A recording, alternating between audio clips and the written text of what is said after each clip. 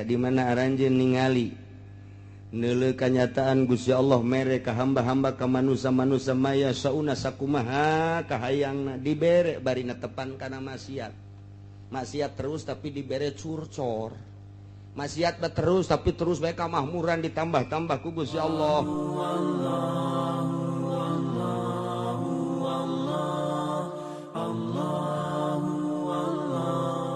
Mimiti ti pemerintah geus ngacak lain ngurusan rakyat, ngurusan pribadina, ngurusan partena korupsi menjadi-jadi. Pemborongna geus ngacak lain jak ngamahmurkeun, pengusahana geus ngacak, calo mah geus karuhan ngacak. Kabeh ngacak ka kiai-kiaina ngacak di nasehatan. Lah, nasihat tinggal tunggu tanggal main. Falamma nasu barang naringgalkeun umat-umat kabehan mazukiro kana tazkirahna wa idzu wa khaifu mau'izohna ieu piwuruk ceramah nakunyana geus teu didengekeun ditegor ku Gusti Allah melalui panas ditegor ku Gusti Allah melalui tsunami bihi bil basa'i wad dharra. Geus dibere tsunami Aceh, geus dibere tsunami Pangandaran, geus dibere angin beliun, geus dibere gempa-gempa erosi dan lain sebagainya. Tapi tetep bae falam yataizu henteu kana nasehatan cak Allah ku sungut kiai geus nasehat teh sia teu ngajeding. Ku aing langsung dibere nasehat teh sia teu ngahiding gas atuh kos kitu mafatahna alaihim abwaaba kulli syai'. Ku aing dibuka kamahmuran sok sakahayang sia. Wari luar biasa naon bae jadi duit. Baheula mah hayang WTS teh kudu ka ditu ka Jakarta teh ka kali naon kadang-kadang. Tuh sia nya hojas apaan? Ya osok burung. Kadi jodohna geus eueuh pindah ku ari mah ka Tangerang kali sadane. Di kali sadane nadi oya-goya ku WH teu meunang pindah ku ari ka kawasan Pasar Kemis atuh nu mahmur mah urang Pasar Kemis cek urang Pasar Kemis teu kudu jauh horengan-nengan WTS teh di hareupeun mata ge aya alhamdulillahirabbil alamin murah deui 50.000 hutang Gusti Allah pancana kiai nyaho bae deuleu contona ku ari keur tahun baru. Zaman tahun baru kamari ieu tah di kawasan teh begitu dibersihan teh ya. Masya Allah kondom ambalayah di dinya. Urut naon eta kondom nya urut budak leutik. Kondom ambalayah bener kan sih?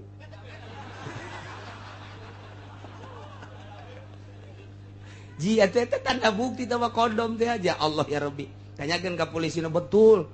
Bapak tahu? Ya tahu bener katanya. Mungkin pelakunya salah satunya Bapak. Ya dikit sih. Secara real jasa.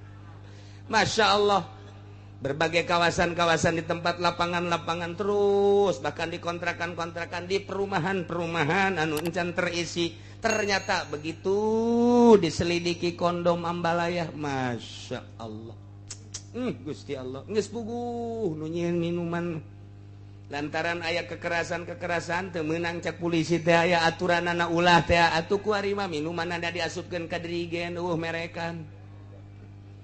Ya sebutkan kan seri sia nyahonya sianya. Sebutkan ke dirigen. Tarolol jasa, Masya Allah. Meureun manan kitu ga aya nu nitahan di luhurna lah, meureun ulah hese-hese jaya merekan mah ditangkap ku polisi. Geus asupkeun ka dirigen bae ke di mana-mana aya razia bejakeun oli kitu. Aman. Indonesia, Masya Allah karim, mabok menjadi-jadi. Zina. Judi bagus tuh kudu dicaritakeun. Boro-boro judi anu beneran judi, sangkilang main bola geus jadi judi ku ari. Nu reuneuh jadi judi tolong teh. Nu reuneuh teman-teman lalaki tau mun lalaki sia menang apaan sa aing, mun bikang aing nu menang. Tolol teh coba. Kan nu reuneuh bloon jasa. Masya Allah ieu dagara neuk jadi naon.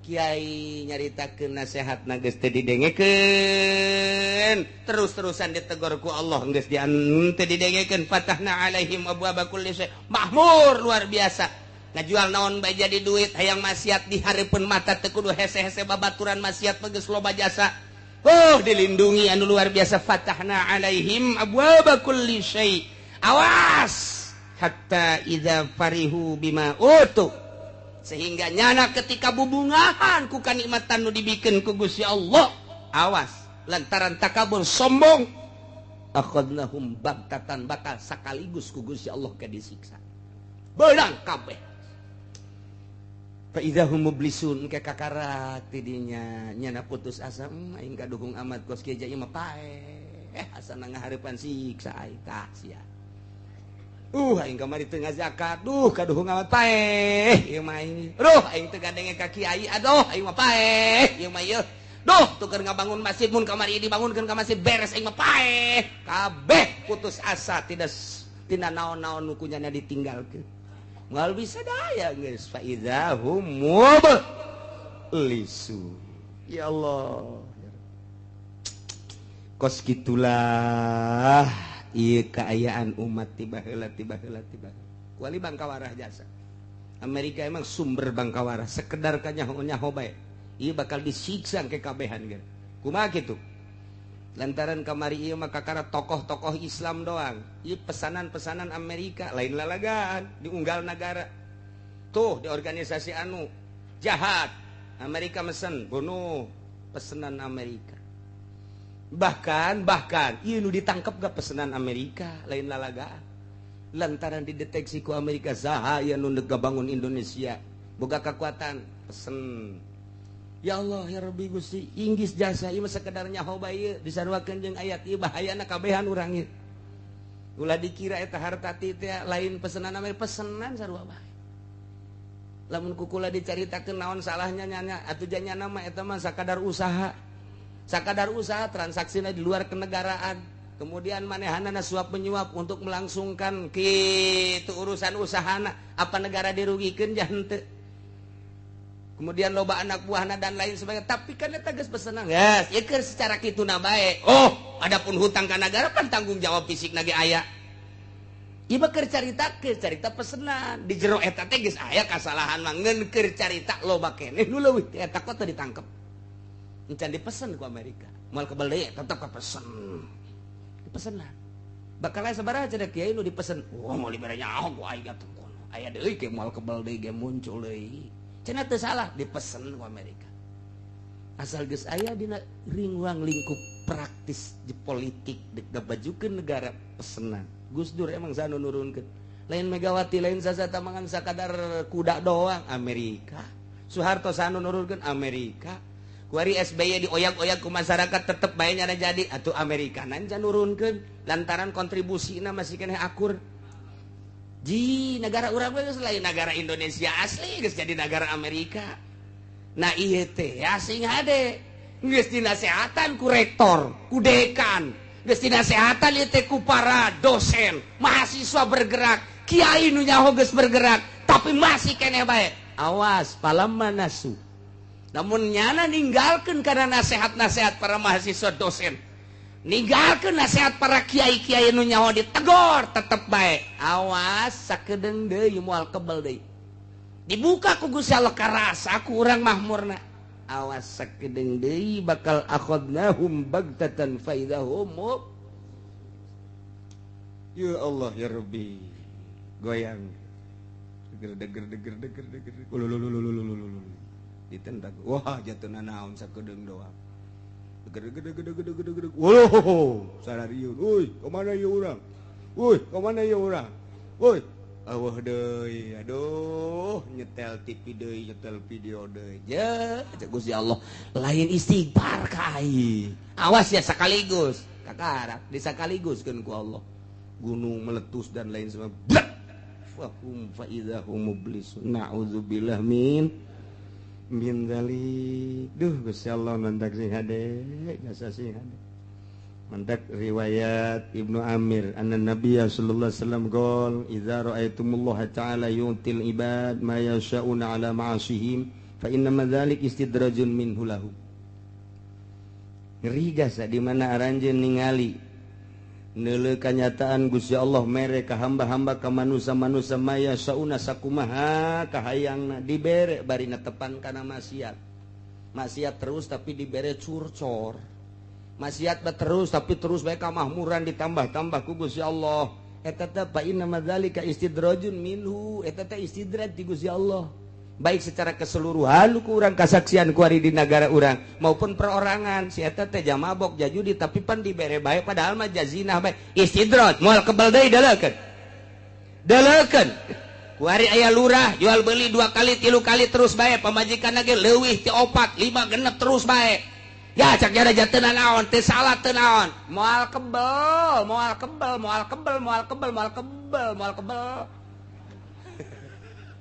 ya teu tinggal didelegeun bae kasaksian ge ku urang emang mah istidrat ti Gusti Allah lain nyana nu belah kamari ieu ge contoh geus loba jasa contoh lurah nu ngaringkuk kuari geus teu daya teu upaya jangan buadeg jasa kuari eta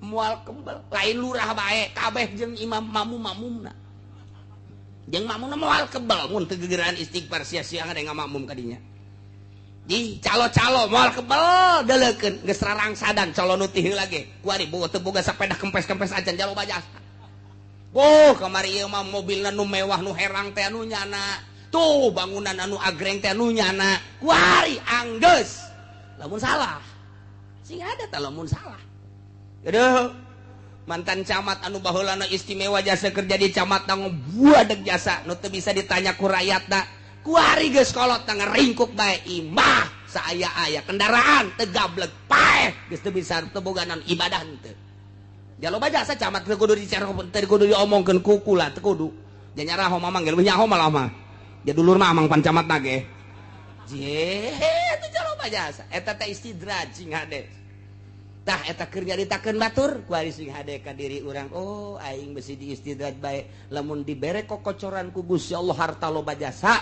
kemudian ieu aingna teu ibadah istidraj berarti lamun urangna ibadah di kocoran nah ieu mah pangbubungah ti Gusti Allah nah nu mantak sing hade loba jasa berarti nu ku urang kadeuleu istidraj ti Gusti Allah teh mantak sing hade cekasan nyaritakeun wallahi ma ahadun minan nas basatallahu lahu fid dunya falam yakhaf ayakuna qad mukira lahu fiha illa kana qad naqasa amaluhu ajaza ra'yu teu aya hiji jelema ti manusia dijembarkeun ku Gusti Allah dunyana tapi teu sieuneun bahwa eta adalah tipuan ti Gusti Allah istidraj ti Gusti Allah berarti nya teh kurang amal jeung kurang pemikiran moal kebal deui bakal kena siksa ti Gusti Allah. Ya Allah ya Rabbi sing hade jasa sing hade tinggal urang kuari nu cicing bae kiai ustad sok kadatangan jelema nu kararitu pan kiai mah tuh datang bae paranti kokosed atuh paranti kokosed deuk pilkada datang ka kiai geus jadi atuh jauhan kiai kokosed ngaranna tinggal kotorna bae kiai tengetkeun ku sia kiai lah cenah kiai uci geus atuh aing mah lain kiai ja calo aing mah sing ada urang babarengan ya sing ada negara nu sejen mah kajeun rusak ge asal urang Tangerang bae. Pan cenah rusak. Atuh geus rusak lain kajeun rusak ya sa. Yuh buku Tangerang pangrusakna. Pangrusakna teh Tangerang ieu lain lalagaan. Masyaallah karim. Ngajabreg ambalaya. Tah ku hari urang. Mun kadatangan jelema nu kitu kumaha ja osok kadatanganan. Hendak inget kak dongeng Kangjeng Nabi Musa. Kangjeng Nabi Musa diwahyuan ku Gusti Allah Musa. Idza ra'aital faqra muqbilan faqul marhaban bi syi'aris sholihin. Di mana anjeun neuleuh jelema fakir datang ka anjeun sambut marhaban bi syi'aris sholihin. Sambut. Mun aya jelema fakir komo ahli ibadah sambut ku anjeun eta teh anjeun teh keur kadatangan syi'aris sholihin. Coba kiai aya nu nyambut nu fakir. Mun aya kiai na keur ngedeng bae kitu. Waalaikum. Ka pamajikan saya teh coba. Eta mah tetangga anu miskin teh bejakeun keur istirahat.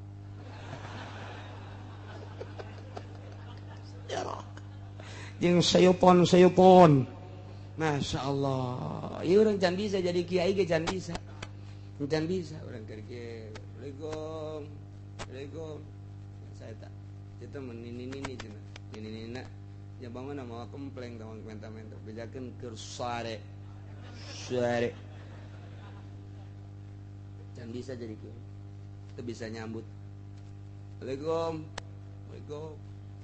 ka anakna coba deuleu sa aja eta mah cenah bangunna santri geus kolot apa berak rada kolot kanyohan santri sa calanana panjang sampingna kaluhur. Oh Cianjur ya kajian kukumaha ge. Cianjur ya bae kajian kukumaha ge. Naik naon nih kadinya na? Bu kesangan bah. Tidak istirahat bae lagi. Ditegor sih aku Gusti Allah.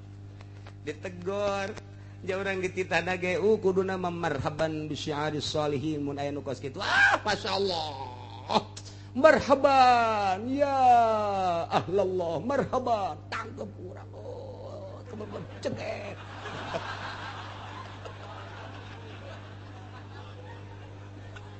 Aduh, jasa hirup Gusti. Sebab kiai mah keur didelekeun ku Allah, kiai mah. Sebab dibere ilmu titip aing ilmu ka sia kiai. Sia menang dapang menang nangkup di pondok pesantren 15 tahun gunakeun ku ari keur didelekeun mantak ulama Inggris jasa ge. Keur didelekeun sia ka mana hate sia coba ketika datang mantak kai mah kiai mah macem-macem nu datang teh ti mimiti nu waras datang ka nu edana ya. Aya kayak mah kiai mah datang wedan maju sakali nu datang rombongan wedan.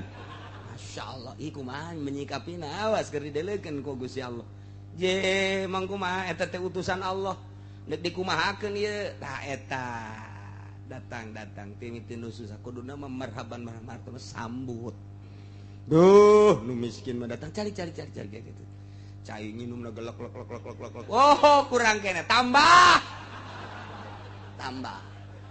Sakanu pelayana santri geus eueuh deui cenah nyutai teh mah cai sumur.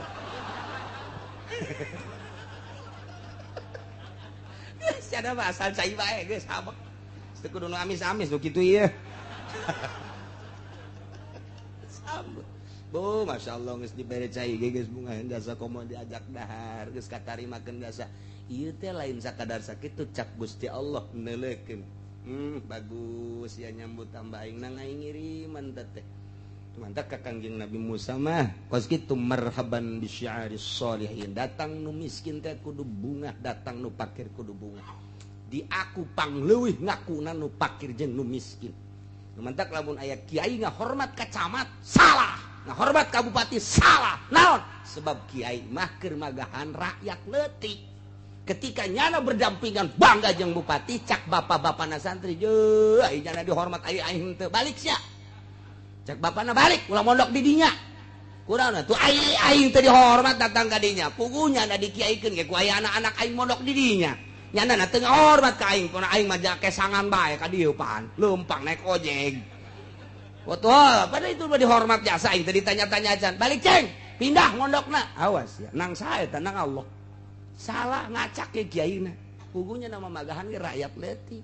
Alif beja berbah ya bagan ceng. Ja eueuh coba anak camat nu mondok. Anak camat nu mondok, anak bupati nu atuh anak itu biasa bae atuh. Ja urang dikiaikeun so teh ku rakyat. Kudu leutik, beja berbah aba, teh jaberta bata, beja berbah teh jaberta bata. Nin jaberta tama jalan mata, sinjaresi ajuan mata sia.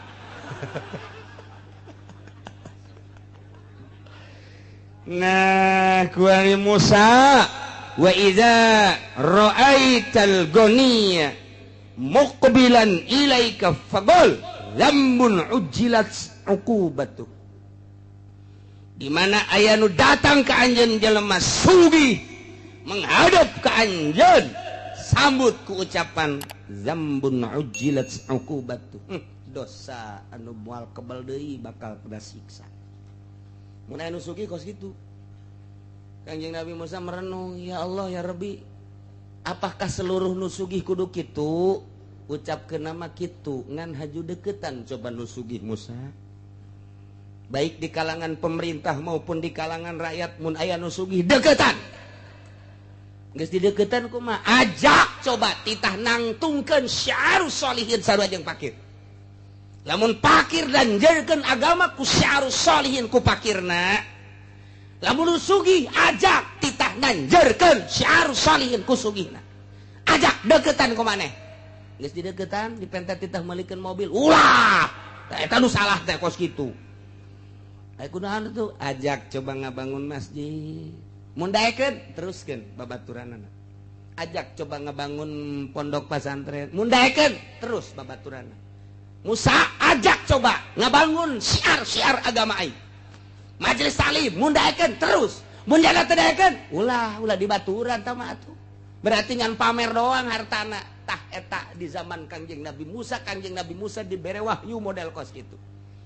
Tah eta teh dibejakeun ka Kangjeng Nabi Muhammad tiru ku urang. Ku ari lamun aya datang bupati sambut ku urang. Zambun ujilat ukubatu. Wah, Bapak Bupati, dosa yang tidak akan lama lagi akan disiksa. Sial cak Bupati teh. Tenang dulu. Ini mah bahasa dari Allah. Ini bahasa dari Allah bukan dari saya. Saya hanya menyambung lidah. Balik aing cak jana. Keke heula ih. Terus balik masuk perwitan ih sakumaha perawan. Deketan ke orang Bupati coba ajak, Pak, ya. Di kampung saya lagi ngebangun masjid. Ukurannya sekitar 40 ke 40. Nah ini sekarang lagi dibangun mau ngecor baru 40%. Sekarang mau ngecor. Kalau Bapak berkenan untuk menyumbang, nah ini saya harapkan sumbangan dari Bapak. Mah Bupatina. Dari uang saya. Nih, deketan tak Bupati kos gitu. Deketan tak. Lamun cak Bupati nanti tunggu APBD dulu. Jauhan tak Bupati kos gitu. Jauhan tak. Mana kenang-kenangan Bupati di Tangerang ngabangun masjid mana? Tinggal gitu baik. Mana kenang-kenangan Pak Bupati pribadi nu ngabangun masjid taklim kitu bae. Mun nyana bagus deketan, mun nyana henteu jauhan. Lain cak sungut kula, cak sungut Allah. Kula mah ngabedakeun doa. Lain di Tangerang mah Serang. Lain di Serang mah Pandeglang. Ieu mah sakadar nyaho bae jang moal ieu. Ngaji eta urang ngaranna. Eta keur carita bupati, gubernur dan lain sebagainya. Ulah ti APBD ti dirina jas sugih. Tah kuari pengusaha datang ka urang. Nyaritakeun nya. Batu bara punya saya. Batu bantar punya saya juga. Waduh geus paharanya sih buka batu bantar Serang meureun kadinya. Kabeh nu nyana kabeh. Wah, berarti pengusaha luar biasa. Saya beli alat beratnya langsung dari Jepang. Saya turunkan ke sana. Kerja sama saya dengan pemerintah dan gubernur di sana. Wah, luar biasa. Alhamdulillah. Yang ini yang di sana dikirim ke Australia, yang di sana dikirim ke Amerika, yang di sana dikirim tuh ke situ tuh ke mau tuh untuk ke itu PTU itu saya punya itu. Alhamdulillahirabbil alamin. Sambut kurang zambun. Ujilat ukubat. Dosa nu moal kebal deui disiksa. Kan kadangnya lain deui cek jana teu ngeunah ieu. Kaheula tenang heula. Eta mah ucapan Allah jati tah kitu ka Kangjeng Nabi Musa. Lamun nu susah, aya nu susah, aya kiai susah, aya ustad susah. Jeung kiai-kiai mah geus bae sambut da ka Musa, cak Gusti Allah marhaban bi syi'aris sholihin. Mun aya kiai nu mana bae ti mana bae geus bae sambut. Bahasana eta kos kitu tah bahasana marhaban bi syi'aris sholihin. Sono urang ngobrol hayu urang teh. Nah eta jeung ahli-ahli agama jeung nu susah kararitu. Mun nu sugih bahasana omongkeun zambun ujilat uqubat. Sia aing cenah naon geus diomong kos kitu. Mun paeh bal kebel ieu kahisaban. Dunia mahalaluha hisabun wa haramuha ikabun. Yaqabun moal kebal mun bapa paeh kahisab kanjeun ku kumaha ge. Jalain cak kula jak Nabi tama. Kula mangan nyaritakeun doang. Kula loba omong ieu motor bae moal teh di motor. Begitu di bere motor marhaban bisyari solih. Wah, tolol. Datang nu sugih mah luar biasa nu susah diantepkeun. Ieu kiai Bangkawarah ieu kos. Aju kudu kumaha? Nah, kuari pengusaha deketan ku urang, deketan teh ulah hayang jang diri sorangan. Jadi diri sorangan mah geus dijamin ku Gusti Allah, dahar nginum engke ge aya bae nu mawan cucurut bakal nanti. Ulah sieun beurit marawan kadinya, ucing marawan kadinya. Ye, atuh tah mah geus pokona kitu bae geus ti Gusti Allah. Allah Maha Kawasa, jelema nganang karak bae. Dah, cak Gusti Allah nu mere, atuh maung pun mang mawakeun kadinya roti. Di jejelan ge ku maung. Masya Allah, ulah sieun-sieun. Atuh komo urang loba jelema. Meureunanan mau ngarupa anak urang. Ku anak urang, padahal mah maung eta. Kan emang maung nya sok ngakolan bapak. Sok menta maksa eta maung ngaranna. Deketan ajak Musa cek Gusti Allah yuk ngenteng menang ngomong teu kudu ngomong ajak ke masjid, ajak ke majelis taklim, ajak ke pondok pesantren, mun nyana haju ngomong layak ya dibangun, siap kula ngabangun deketan tanu sugih, sebab eta nu sugih ge termasuk kana syiari sholihin. Tinggal kuari mah bergerak na di syiari sholihin apa henteu, nu susah mah bergerak teh ngun kasusahanna bae nya mah geus boga tanda syiari sholihin. Tapi iya ya nu sugih ti mimiti pejabat, pemborong, pengusaha dan lain sebagainya, nyana aya eueuh arah ka dinya, satungtung aya baturan, satungtung eueuh cuekeun bae mah tak naon sih. Tah eta kos kitu teu bisa tak kiai teh. Hook lumayanan aya di samsuan. Eta asal geus kos kitu bae ditegor ku Allah. Hei, sia mah lain titah kitu, titah nyukseskeun agama, lain haju hayang barang batur. Tanta mah sugi-sugi batur kunaon sia haju hayang. Engke lamun sia hayang ketika nyana teu meres sia bendu. Atuh kunaon ngabenduan dia eta menunya anak. Tah eta kos kitu nasihat ka Kangjeng Nabi Musa alaihis salam. Masyaallah, awas nalika urang engke ku Gusti Allah ditegor terakhir keur bubungahan beunang kabeh bakalna faidahum mub lisun fakuti adabirul qaum, maka dicabut akhirna kaum, dipotongkeun dipenggaskeun alladzina zalamu eta jelema nu zarolim kabeh tungtungna dibeakeun kabeh eta mangke bakalna dibeakeun kabeh. Lamun tangkal kayu ngan sakadar pang-pangna doang diragajian ditutuhan sirungan deui. Tangkal kayu kuari tak tangkalna kadang sirungan deui sanajan jadi lambat. Kuari dihandap tetep aya keneh nu sirungan deui, tapi ieu mah geus dicabut jeung akar-akarna. Fakuti adabirul qaumil ladzina dicabut langsung ku Gusti Allah jeung akar-akarna. Mun nisbat ditangkal kayu geus moal sirungan deui, kitu keneh jelema zalim cabut ku Gusti Allah moal sirungan deui. Abu Jahal cabut, Firaun cabut, Namrud cabut, dicabut bae ku Gusti Allah. Aya teh melalui rakyat engke, aya nu melalui Gusti Allah langsung siksa ku Gusti Allah, cabut ku Gusti Allah. Tapi pencabutan gitu teh kadeleuna mah melalui tangan masyarakat, hakikat ti Gusti Allah. Mun geus teu bisa ku kitu langsung ku Gusti Allah tsunamikeun deui, gempakeun deui, cabut ku Gusti Allah. Contoh nu bara heulang geus. Tinggal kuari urang keur berhadapan jeung Amerika. Beuh, Amerika mah poha jasa ieu teh jeung urang. Urang kuari teh keur lain lalagaan teh menghadapi Amerika teh. Beuh, Indonesia mah geus bertekuk lutut. Tapi di luar negeri anti Amerika nangis nampak luar biasa. Sanajan ditincakan Irak, tetap rakyatnya anti Amerika, tidak akan diserahkan negara secuil pun terhadap Amerika. Termasuk Libya, sanajan geus diacak-acak ku Amerika, cek rakyat Libya anti Amerika, tidak akan kuserahkan secuil pun negara Libya terhadap Amerika. Nementak dibom deui kedutaan Amerika na kurang Libya, acak-acakan kuari. Aya pembuatan film Kangjeng Nabi Muhammad baheula mah Fajar Isa Demisi baheula mah kuari aya pembuatan film ieu Kangjeng Nabi na nampak. Begitu nampak ternyata pelecehan, dibom kedutaan Amerika di Libya. Satu suara Irak, Iran, wabeh. Ieu mah lamun diteruskeun kuari pemberitaanana bisa perang dunia, perang agama, ieu mah lain lalagaan kuari. Di Indonesia kuari geus 1-2 geus mengetahui ngan henteu dipublikeun bae, lamun ieu dipublikeun hudang ujianana. Kiai-kiai ujianana mah titah santrina, kiaina mangke bae. Ya Allah ya Rabbi, dunia geus hudang ge lain lalagaan ieu mah, lamun geus pelecehan terhadap Kangjeng Nabi saha nu teu hudang, saha nu teu marudah, pangheulana marudah nu kamari ieu perang jeung Belanda, aki-aki umur 90 tahun geus kieu bae nya nama. Aing mah teu perang ge tereh bae ieu jagana teh.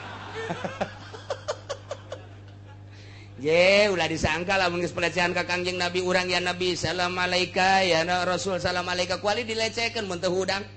Nu mabok ke ujianan hudang sial meureun teh Amerika. Amerikana lurah pantaukeun habak. Ja eta kepanjangan tangan Amerika. Ieu mah lain lalagaan ieu mah. Geus dibom, kuari geus diarahkeun deui pembomanana ke kedutaan Amerika nu aya di salah satu negara. Mal dicaritakeun ku kula. Kuari geus acak-acakan. Nu paehna opat anu rumah sakitna Ambalaya, kedutaan Amerika di Libya dibom make roket. Emang kumaha gitu. kuari keur ka Indonesia keur ngome janggot SBY tenang ye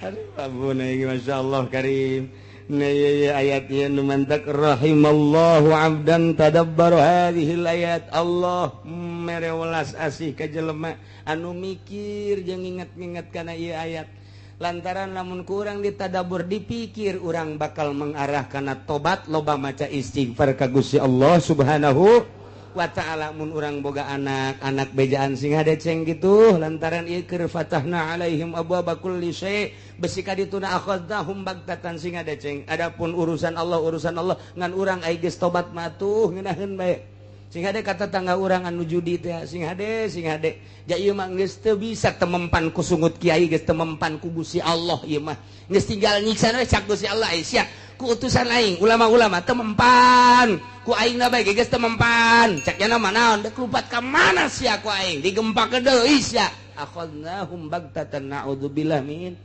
mantak geus bae lah batur mah teu ngadarengikeun urang bae nu ngadenge lobakeun urang istighfar ka Gusti Allah Subhanahu wa ta'ala salurkeun fasilitas nu aya di urang pake syiar agama Allah Subhanahu wa ta'ala nu dibere ilmu tanjirkeun melalui ilmu nu bere tanaga tanjirkeun melalui tanaga nu dibere wawasan tanjirkeun agama melalui wawasan nu dibere wilayah tanjirkeun agama melalui wilayah anu dibere harta tanjirkeun agama melalui harta eta fasilitas pamere Allah jang ibadah ka Gusti Allah Subhanahu wa ta'ala walhamdulillahi rabbil alamin sadaya puji tangtu ka Gusti Allah nu mangeranan alam kabeh hartina puji ka Gusti teh lantaran ditulunganna para rasul dirusakna para kafirin ku Gusti Allah setelah teu daya teu upaya salila urang berdaya urang kudu ngalaksanakeun daya jeung kekuatan urang kerahkeun daya jeung kekuatan urang untuk melawan musuh-musuh Allah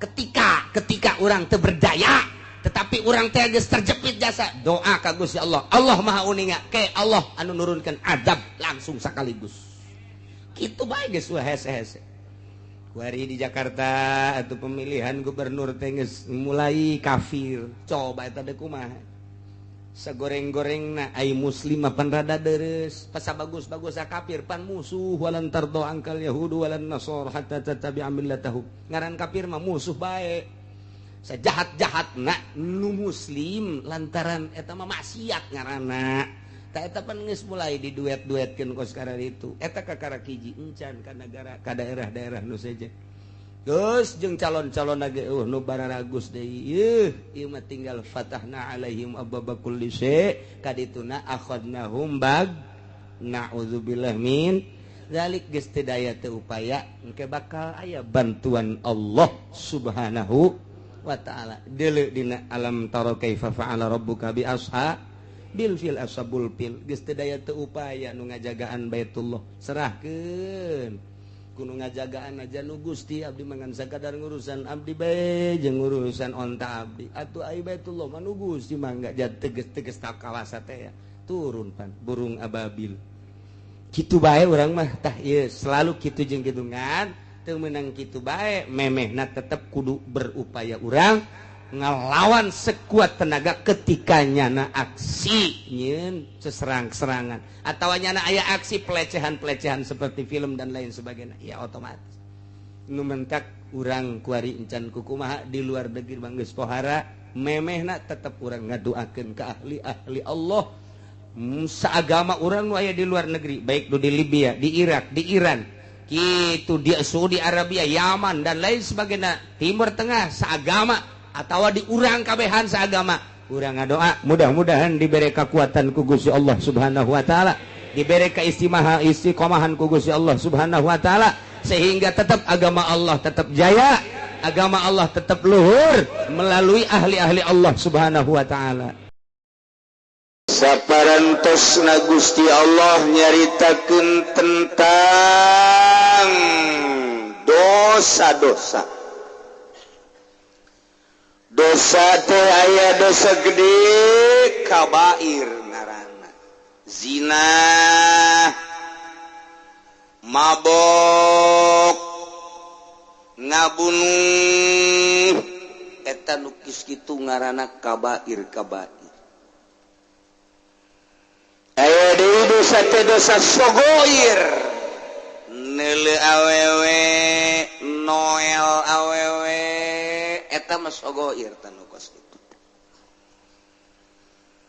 geus dijelaskeun ku Gusti Allah tentang dosa-dosa baik anu kabair maupun anu sogoir wari instruksi ti Gusti Allah ade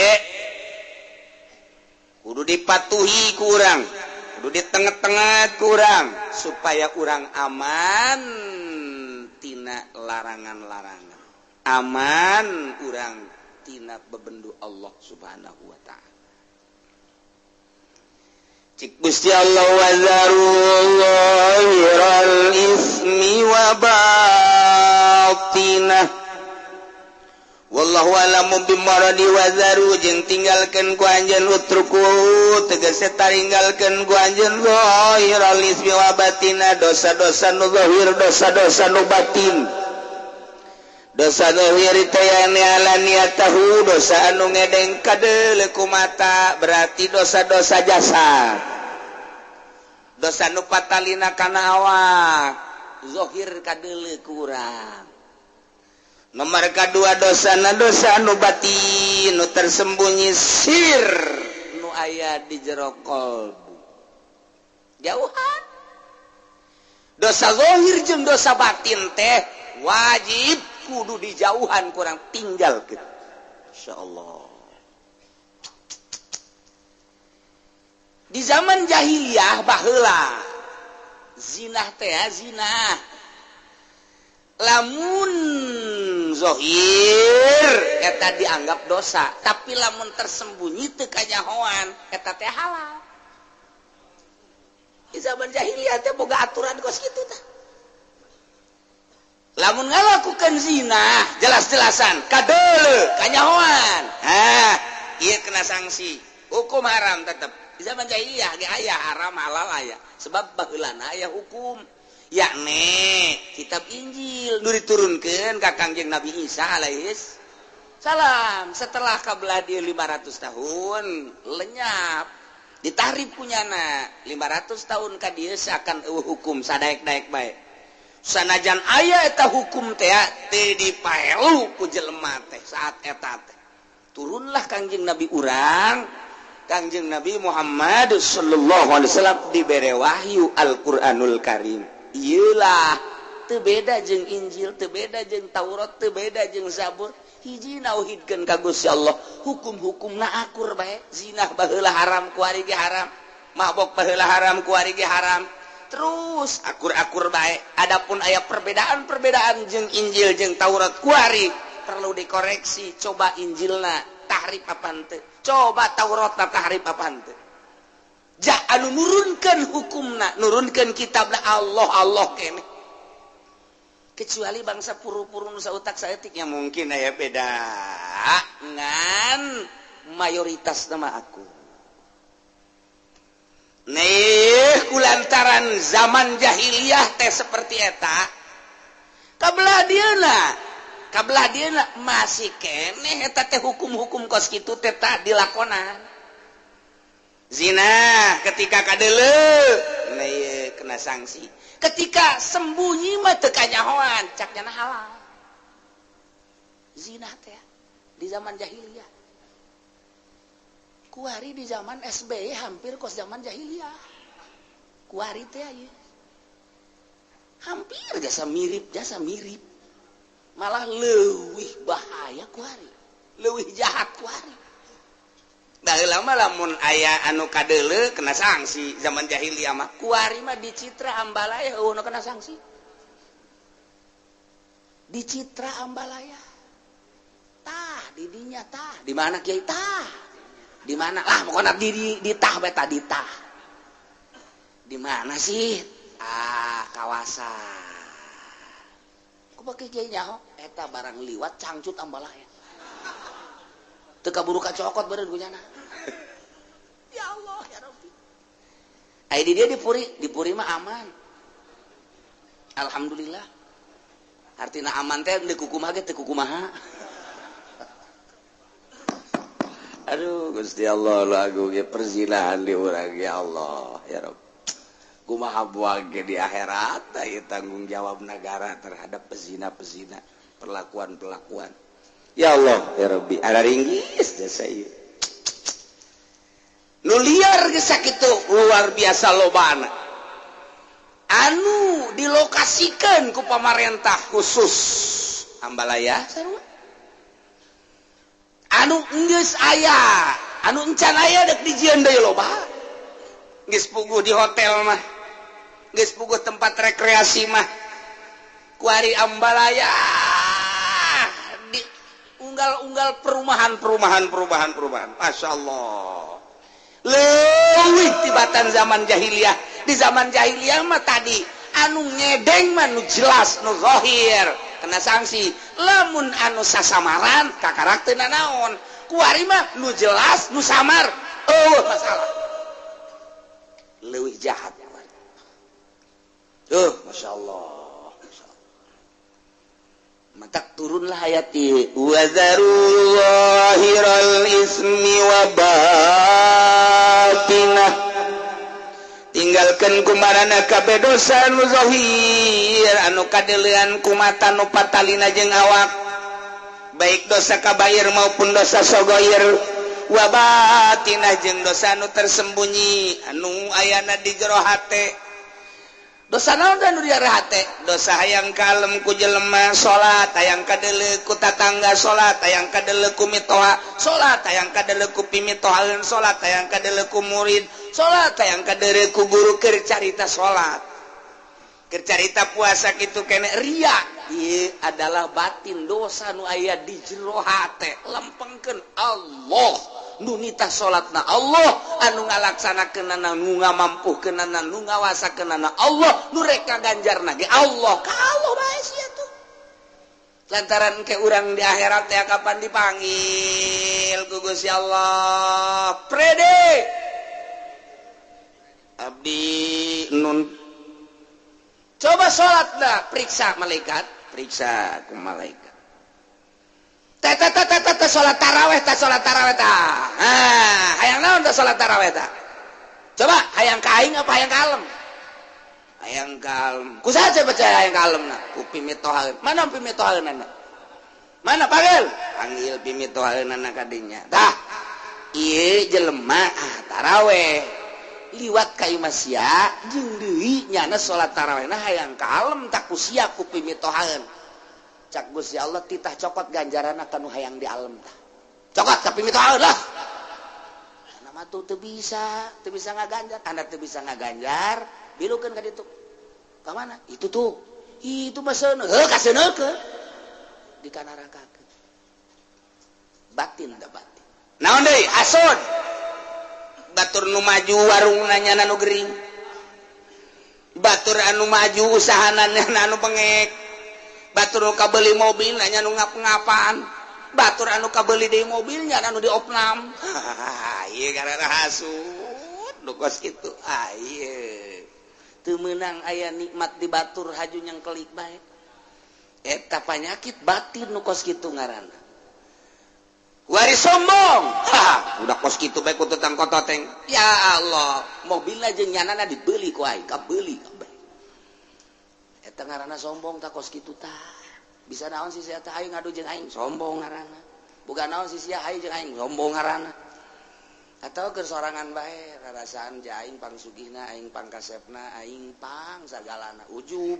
Eta penyakit-penyakit batin nu kos kararita. Tinggalkeun wa zarullahiral ismi wa batinah.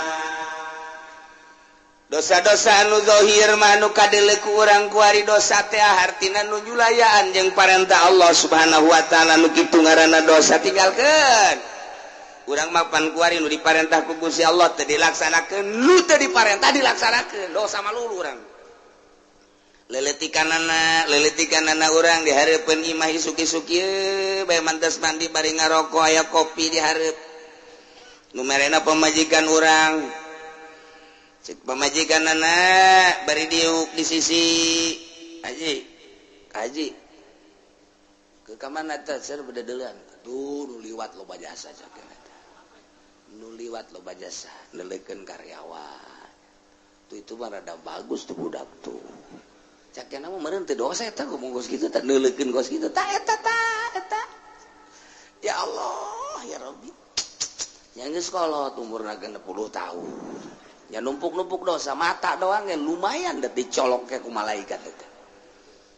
Ya Allah teu bisa sadar eta geus kolot ge teu bisa. Teu kieu lah aing mah geus kolot budak. Ulah sok cari cing di hareup.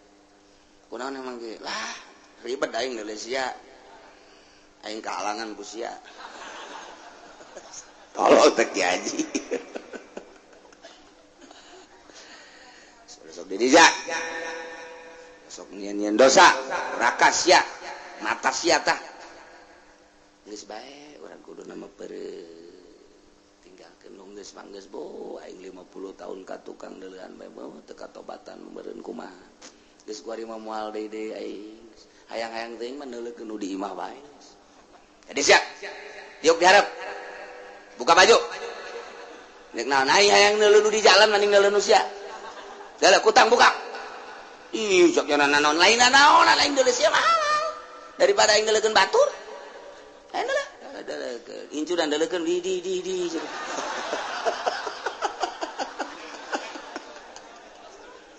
Aduh, Gusti Allah nu agung. Eta mah halal dek dideuleukeun ge masalah. Anu di jalan mah haram ajabiyah. Ulah di urang mah teh hesepan kuari. Di Arab kan rada deres di Arab mah.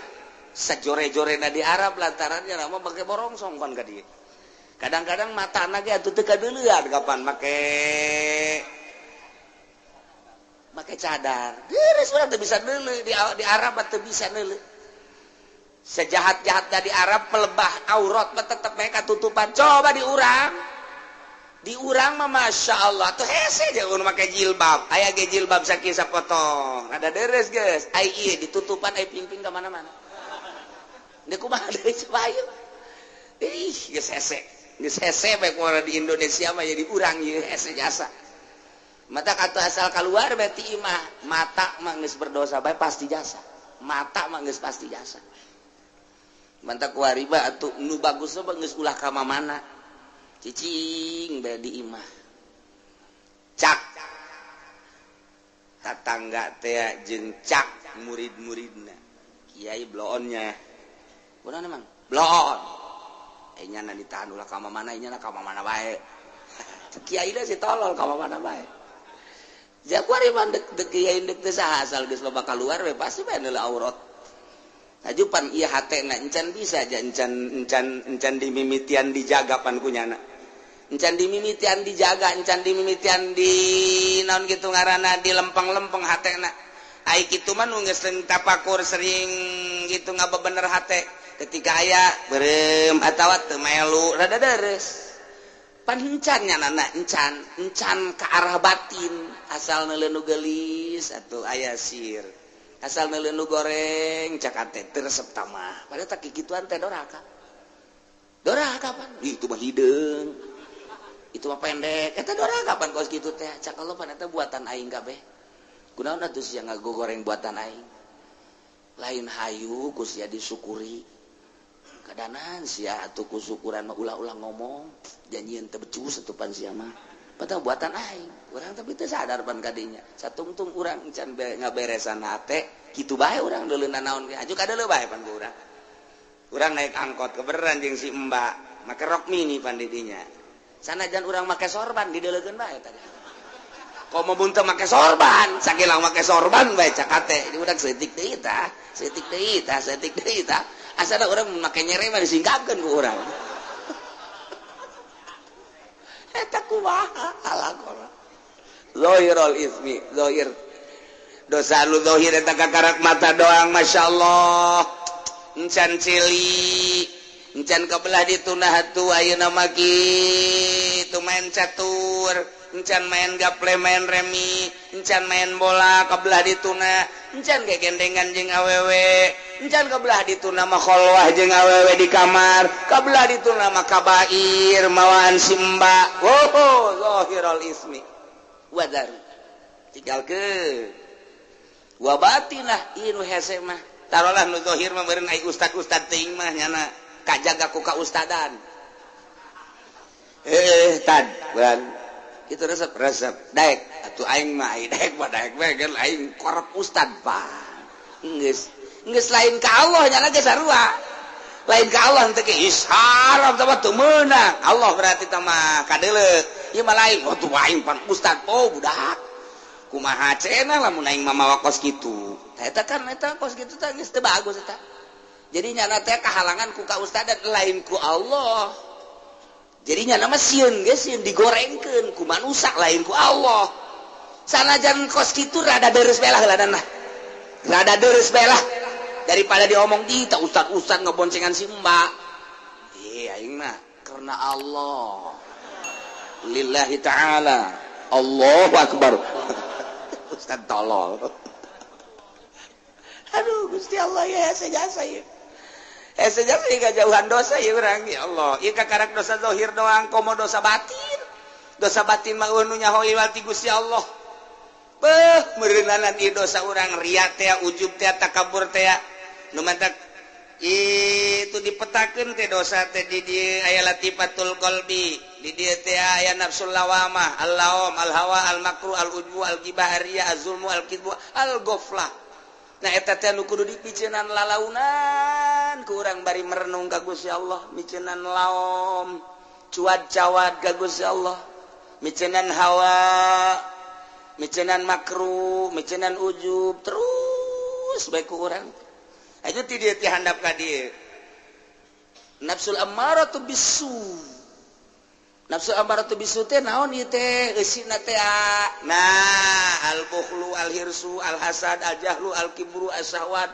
al godob eta kan kudu dipiceunana ieu penyakit batin teu kumaha miceunanana nya hoge pan encan urang meraktekeunana ge kapan encan nu mantak ketika jol teh urang geus aya tupukar tapakur langsung bae resep jeung teresepan eta mah ngaranna syahwat ari geus bakan ku urang diomean ketika aya nu resep dadamelan Allah daek sih tolol kene we teh kiai blon tapakur ku tapakurna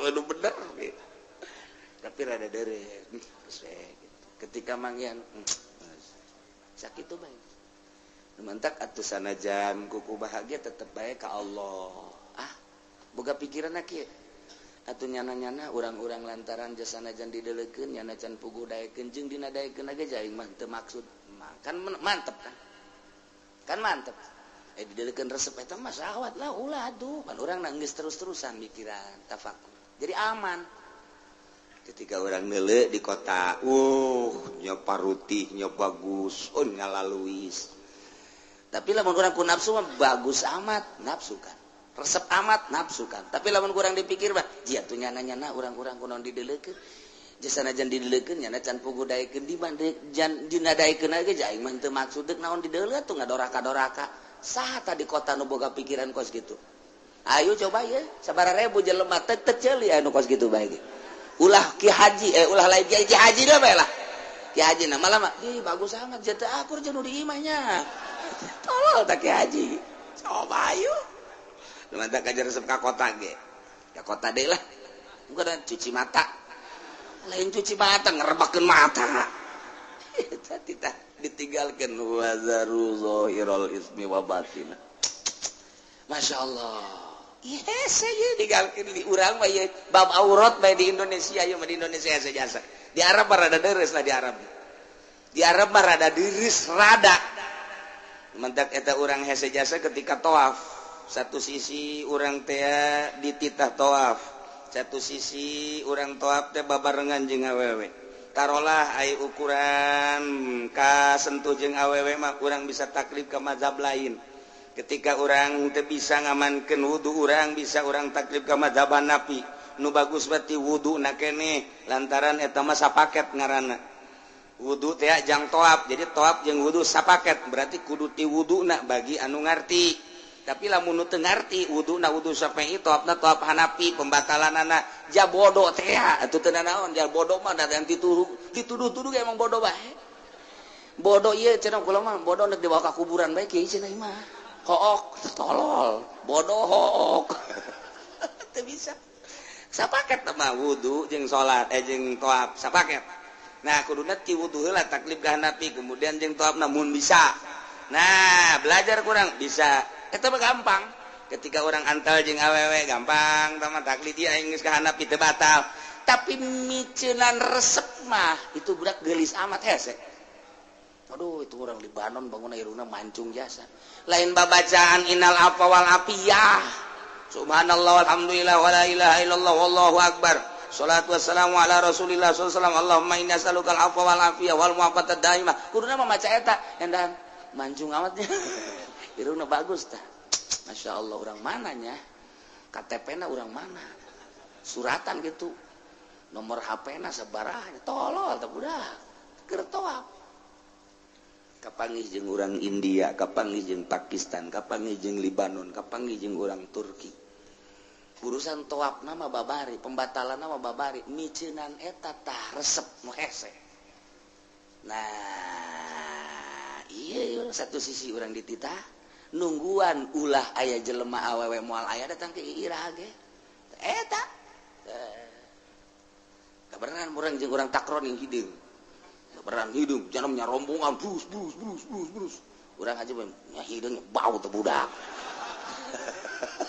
tentu dawa urang ibadah tawaf nyarekanan batur malulu heuh subut pan teu hate pan Allah maneulekeun innallaha yanzuru ila suwarikum wa la yanzuru ila qulubikum je da kumaha anu watak hararese jasa urang hayang khusyuk jasa tawaf mantak nu bagus mah tutungkul we tawaf teh urang peureun bari babacaan atau babacaan onam lah teman tadi ditita sapira doa menta tuh geus teu kudu atau baca Quran baca sholawat ayo coba deuleu nu tawaf aya nu kitu jauh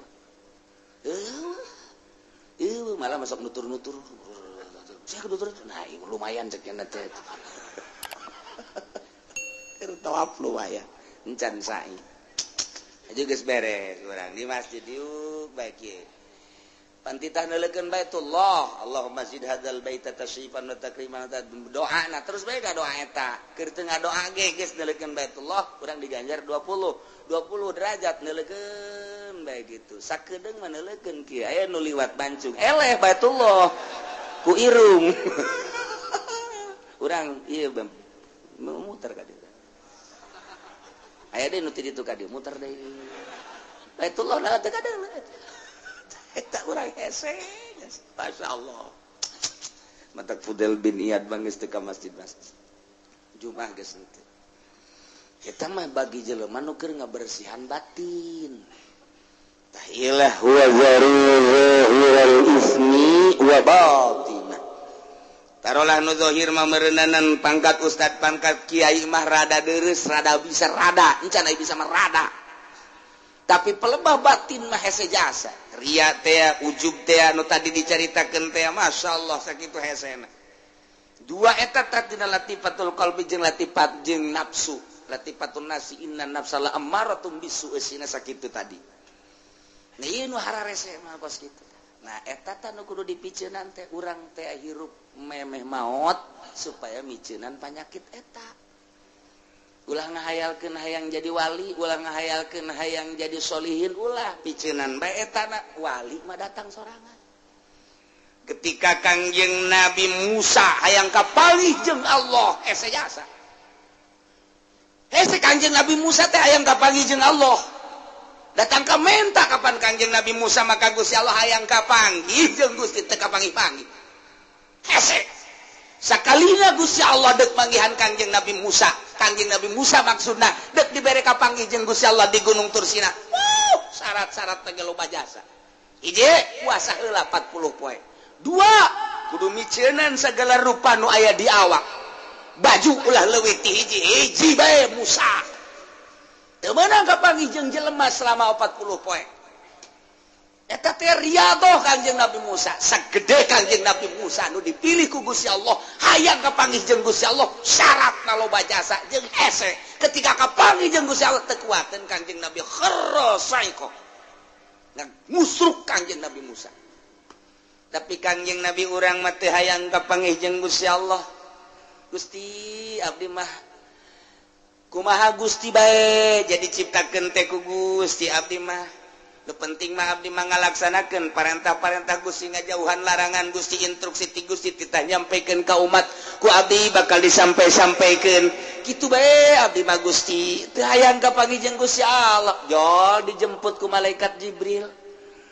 dibawakeun buruk dibersihan heula naik cek Jibril dek dibawa ka mana teu nanyakeun kitu Kangjeng Nabi mah dek dibawa ka mana dek kumaha henteu dipapakeun ku malaikat Jibril jeung ku malaikat Mikail mawa ke buruk naik berangkat datang ke Masjidil Aqsa sugan nanyakeun Kangjeng Nabi dek dibawa ka mana henteu gerak Allah bae mah datang ka dia turun cek malaikat Jibril turun salat imaman Allahu Akbar nabi-nabi jeung rasul ngamakmum di tukang dek nanyakeun teh Kangjeng Nabi dek dibawa ka mana henteu beres naik cek Kangjeng cek malaikat Jibril hayo berangkat ka luhur naik ka langit ka hiji nanya teh Kangjeng Nabi dek dibawa ka mana henteu janu ditanya sama malaikat Jibril man hada saya ada Muhammad apa geus saya ieu instruksi geus saya teh ana Jibril aya teh di barengan Muhammad geus dibere izin geus naik Kangjeng Nabi na ditanya henteu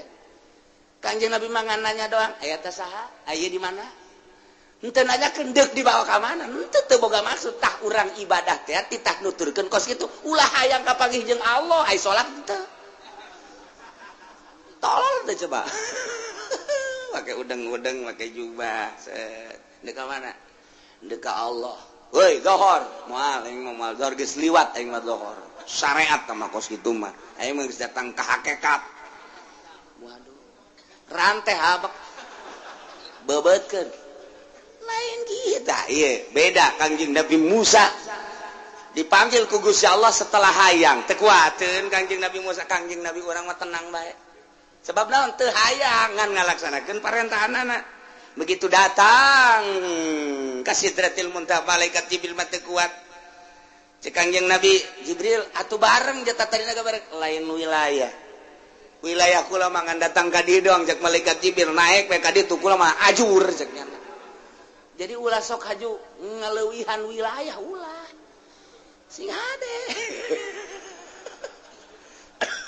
wilayah tadi jaga satu cek balik ke Kangjeng Nabi tungguan we di dah naik Kangjeng Nabi mah sorangan zat berarti luhur jasa Kangjeng Nabi pangkat dibandingkan malaikat Jibril ge sugan hayang henteu jata mah dibawa ku Gusti Allah tet nu mantak cek sidina Ali ai anjeun si maripat kumaha eta kunaon cek sidina Ali maripat kula mah ku Allah ti Allah ka Allah lainang kula lamun urang hayang maripat moal datang-datang urang hayang jadi wali moal datang-datang ai lain wali mujbir mah moal bisa geus ulah nyaritakeun kos kitu kuari mah salat nu bagus zahirna batinna bersihan engke ge datang sorangan ulah maksud nyieun kolong nyieun bae bale nu rapi engke teundeun kolong mah aya di aya kolongan atuh aya asal nyieun bale bae kolongan ulah maksud nyieun kolong ai balena teu rapi teu lain kolong ngorosot bae teh mah kahandap poe mah nyieun bae bale nu rapi kolong mah pasti aya nah urang ge ibadah teh rapihan maripat engke aya sorangan ulah dihayalkeun mantap kamari jelema cenah hayang jasa manggihan Lailatul Qadar datang ka kiamat moal teu bisa dihayang-hayang diintip emangna si mbak diintip intip Lailatul Qadar cenah di lapangan mana Citra ya Allah intip Lailatul Qadar di Citra sia mah waduh atuh kapanggih teh mangke jeung naon BH tah mah ulah dihayal Lailatul Qadar ulah dihayal-hayal hayang mah hayang bae ngan ulah dihayal-hayal atuh bersihan bae batin Lailatul Qadar mah datang sorangan da Lailatul Qadar mah terus bae diturunkeun jeung kapanggihna jeung jelema nu bersih daripada urang ngahayal-hayal ulah engke ge Lailatul Batak waliullah kapanggih jeung Lailatul Qadarna beda-beda aya nu keur salat aya nu keur di kamar aya nu keur maca Quran aya nu keur ngobrol aya nu keur diuk bae aya nu keur di jalan atuh kumaha bae teh Gusti Allah nu mere anu penting bersih hate ai urang mah aya hate teh dibersihan aya Lailatul Qadarna diintip